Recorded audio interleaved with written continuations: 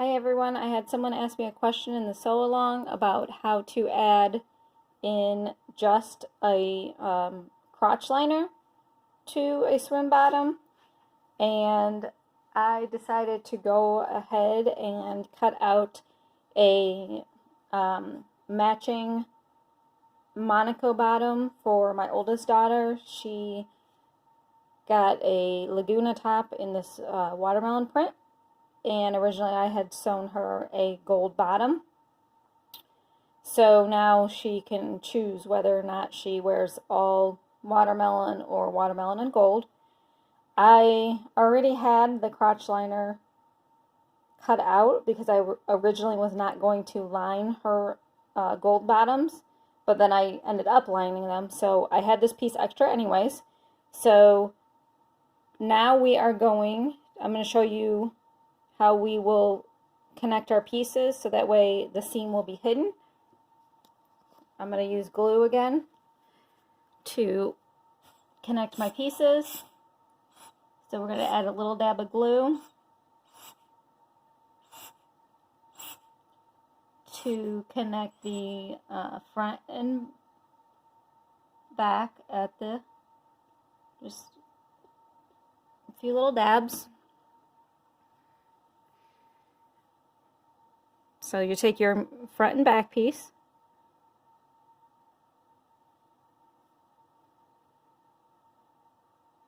okay, press those together. If you want to go ahead and put glue along the side seams will not be enclosed unless you cut out a lining for the entire front. You could enclose that seam then, but not if you're just doing the crotch liner. So I will go ahead and connect these.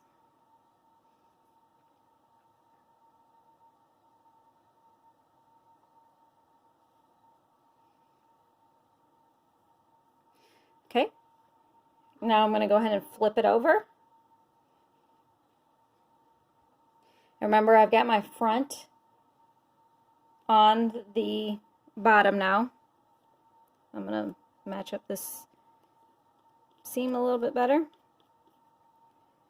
Nice thing about glue is you can kind of manipulate it because it's not dry yet. We're going to take our crotch liner piece. There is one end that has a flat edge along the side, and the other edge goes to a point. The one that has the flat edge near the so this kind of makes a right angle. That is what is going to connect down here, because remember, it's squared off for the seam allowance. So we're going to put some glue here.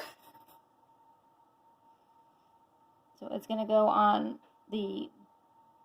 I'm going to attach it to the back side of the back piece, the wrong side of the back piece, and it is going to be face down.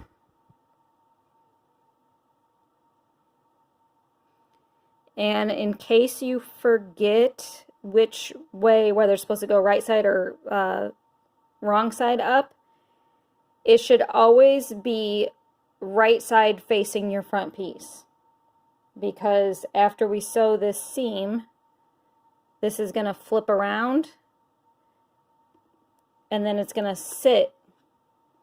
Once we sew it, it'll sit just like that on, this is upside down, so let me sew this first and then I'll show you how we attach the rest of it.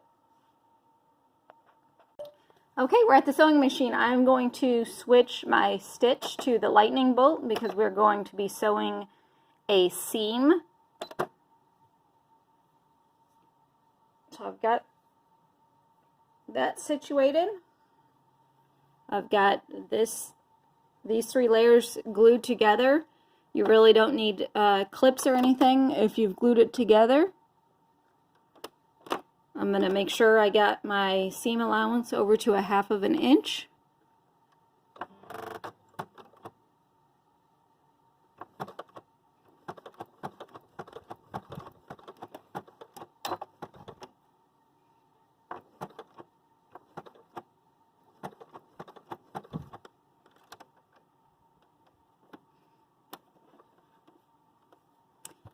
And I've got my fabric. I started too soon.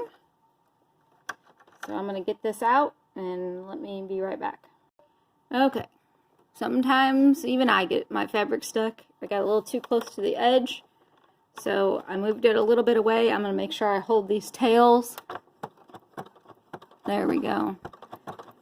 If you notice that your fabric's not moving,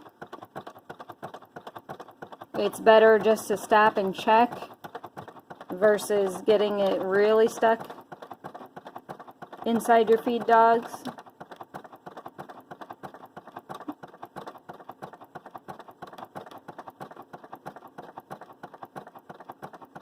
And like I said, it happens to the best of us. You live and learn.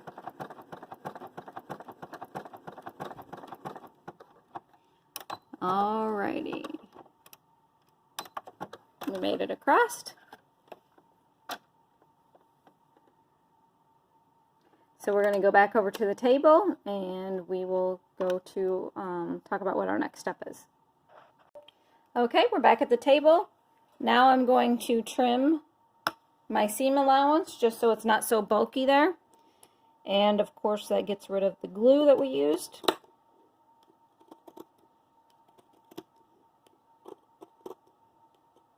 Clip my threads. Okay, you'll notice when I sewed here, I did not go ahead and sew the side seams. I did that for a reason, and I should not have glued them yet. So I'm going to pull them apart. So don't glue those sides yet. If you did, you could probably pull them apart. Mine pulled apart really easily. The reason why we do that is because we want to be able to lay this front piece out flat. And we're going to grab some clips.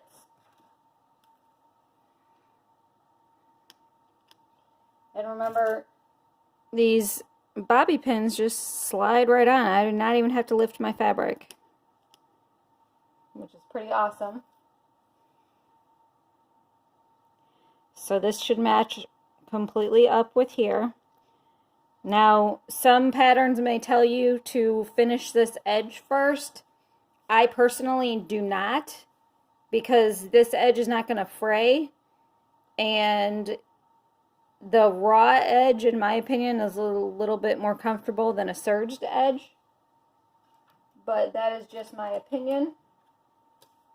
So if you want to zigzag across it or whatever, I personally do not sew it down, because then you see a line on the front of your swim bottom.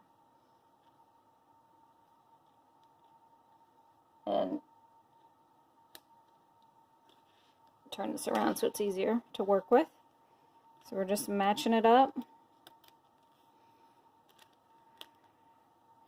Once we've got it clipped in place, we'll go back to the sewing machine and we'll do a zigzag right along the edge, just to baste it, so that way it is in place for elastic. So right now you should look like this.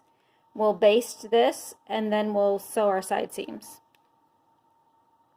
Okay, to baste it, we're going to use a narrow zigzag. I'm going to change my length to the longest it'll go, which on my machine is a 2.5. And I'm going to decrease the width all the way down to a 3. You can go narrower if you want. That's just my personal preference. I'm going to go ahead and start right back here. I'm going to line up the inside of my foot with the edge, so that way my stitching stays pretty close to the edge.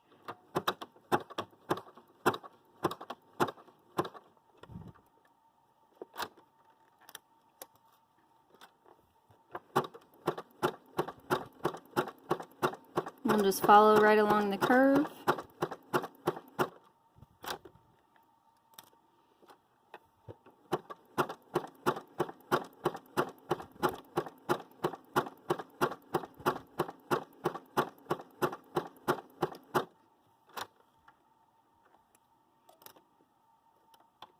This is much easier because I haven't sewn the side seams. I've actually done it in the past where I've sewn the side seams, and it's not quite as easy because then you're basically inside the swim bottom sewing. So I've got that side done. I'll show you what that looks like. See if I can get it to focus. There we go. So right along the edge. This side, we're going to start at the opposite. Start at the end.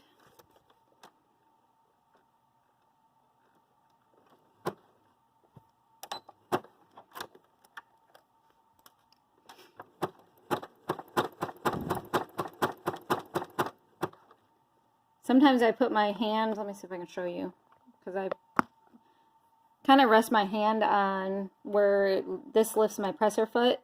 And sometimes if I just kind of rest my hand on it, the pressure of my foot is not quite so heavy. So I've used that trick, especially when I'm starting seams. It's a good little trick that kind of helps me prevent getting stuck. It doesn't always work as you saw earlier, but that's okay. Okay, we're to the end.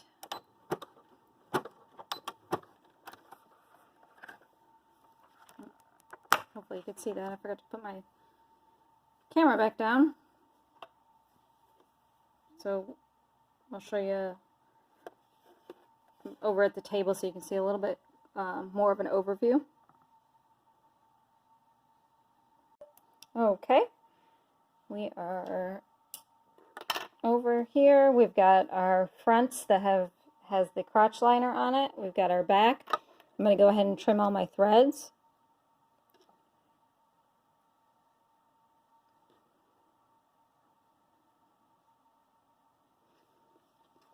And then I'm going to show you, this is where the seam flips forward. So I'm just going to trim that off.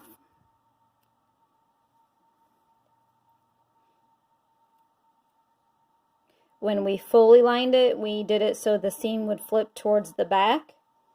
And there was nothing to trim off there because the back is wider than the front.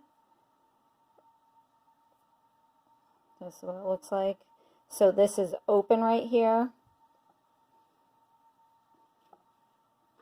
And like I said, if you stitched it so it was on, you would have a line of stitching right across the front of your swim bottom.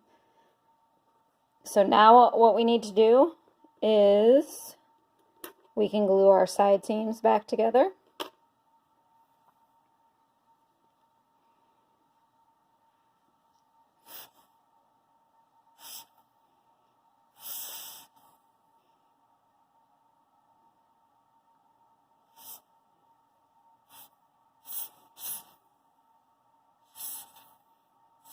I need more glue.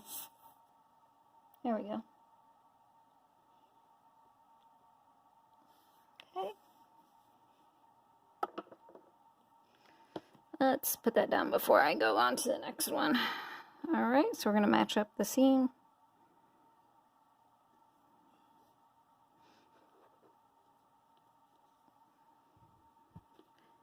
On to the next one.